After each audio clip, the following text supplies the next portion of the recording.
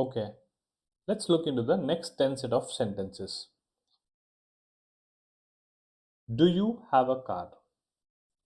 உங்ககிட்ட கார் இருக்கா அப்படின்னு ஒரு கொஸ்டின் ஃபார்மேட்ல வருது. இது வந்து ஒரு எஸ் ஆர் நோ கொஸ்டின் அப்படின்னு நம்ம சொல்லலாம். இங்க to you have a car, உங்ககிட்ட கார் இருக்கா. அப்போ இங்க கார் இருக்கு இருக்கா அப்படின்னு இருக்கு என்பது வந்து ஒரு வேர்டுக்கு, இங்க ஹாவ் அதோட மீனிங் இருக்கு. ஸோ ஹாவ் இருக்கு அப்படின்னு சொல்றது டு டாக் அபவுட் பொசஷன். அப்போ இங்க ஹாவ் அப்படின்றது ஓன் பண்றது. ஸோ இங்க ஹாவ் என்பது வேர்பா வந்திருக்கு. இப்போ இங்க டூன்னு ஒன்று வந்திருக்கு, அது என்னவா இருக்கும் அப்படின்னா இது பேசிக்கலி இது ஆக்சிலரி வேர்ப். ஸோ இது வந்து ஒரு கொஸ்டின் டைப் அப்படின்றதால இது ஒரு வகையான கொஸ்டின்ஸ். ஸோ கொஸ்டின் ஃபார்ம்ஸில் இது பற்றி டீட்டெயிலாக ஸ்ட்ரக்சர் பற்றிலாம் பார்ப்போம். But to easily identify have என்பது கிளியரான ஒரு மீனிங் கொடுக்குது பொசிஷன் பற்றி. So we are able to identify that it is a verb. இங்கே டூ என்பது ஆக்சிலரி வேர்ப்னு நம்ம ஐடென்டிஃபை பண்ணலாம். I do write emails every day. I do write. நான் ஒரு எக்ஸாம்பிள் சொல்லியிருந்தேன். do என்பது வந்து emphasize பண்றது, ஸ்ட்ரெஸ் பண்றது. பட் ரைட் என்பது இங்கே ஆக்சுவலான வேர்பு. ஐ டூ ரைட், நான் எழுதுவேன். நான் மெயில்ஸை எவ்ரிடே எழுதுவேன். I write then is a verb. So இங்கே டூ அப்படின்னு சொல்றது வந்து பார்த்தீங்கன்னா it's an auxiliary verb. Next, she didn't come to office. அவ ஆஃபீஸ்க்கு வரல. வரல அப்படின்றது தான் கம். அப்போ come is a verb. didn't அப்படின்னு சொல்றது did not என்பது வந்து auxiliary verb. So auxiliary verb நெகட்டிவாக வருமா? வரும். didn't, aren't, amn't இந்த மாதிரி வரும். they do their tasks. they do their tasks. அவங்களுடைய டாஸ்க்ஸை அவங்க செய்வாங்க. அவங்க செய்வாங்க, பெர்ஃபார்ம் பண்ணுவாங்க. ஸோ இங்கே டூ என்பது பெர்ஃபார்ம் அப்படின்னு ஒரு மீனிங்கை கொடுக்குது. ஸோ அப்போ இது வந்து என்னவா இருக்கும்? இது வந்து verb. Next sentence, she must go now.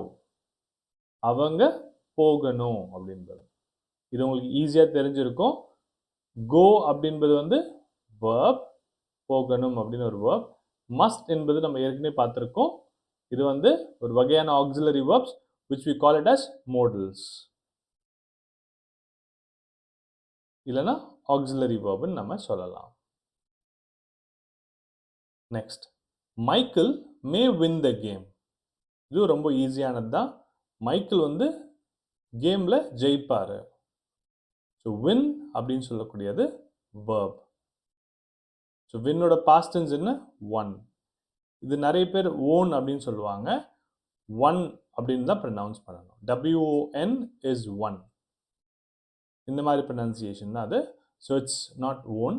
By the way, coming back to the topic, win is a verb, may is a modal.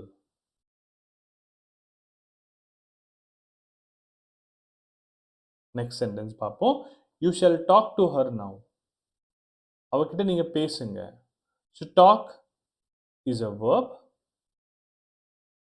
Shawl is a modal verb.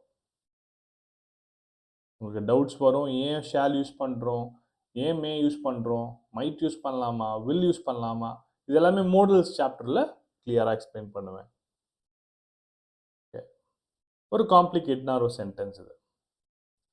They will have completed the task by today evening. இன்னைக்கு ஈவினிங்குள்ள இந்த task அவங்க முடிச்சிருவாங்க அப்படின்றது தான் இதோடைய சென்டென்ஸுடைய meaning. இங்க நம்ம கண்டுபிடிக்கணும் முதல்ல வேர்ப் எது அப்படின்றது. பொதுவாகவே நம்ம ஃபர்ஸ்ட் பார்க்கக்கூடிய கம்போனன்ட் வந்து பார்த்தீங்கன்னா வேர்ப் தான்.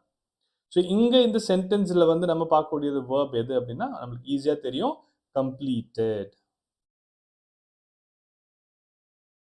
அப்போ வில் என்பது உங்களுக்கு ஏற்கனவே தெரியும், அது வந்து ஒரு மாடல் வேர்ப், ஆக்சிலரி.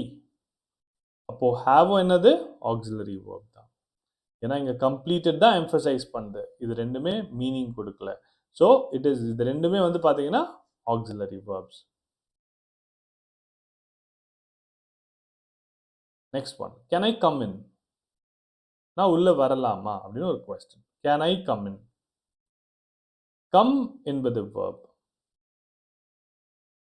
Can என்பது modal verb.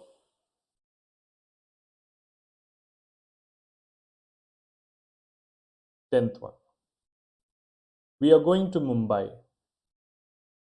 We are going to Mumbai. நாங்க மும்பைக்கு போகிறோம், போக போறோம். ஸோ கோயின் அப்படின்றது தான் verb குறிப்பிடும். அப்போ ஆர் என்பது என்ன? ஆர் என்பது இங்க auxiliary verb. அது எக்ஸாக்டா சொல்ல போனா பி ஃபார்ம்.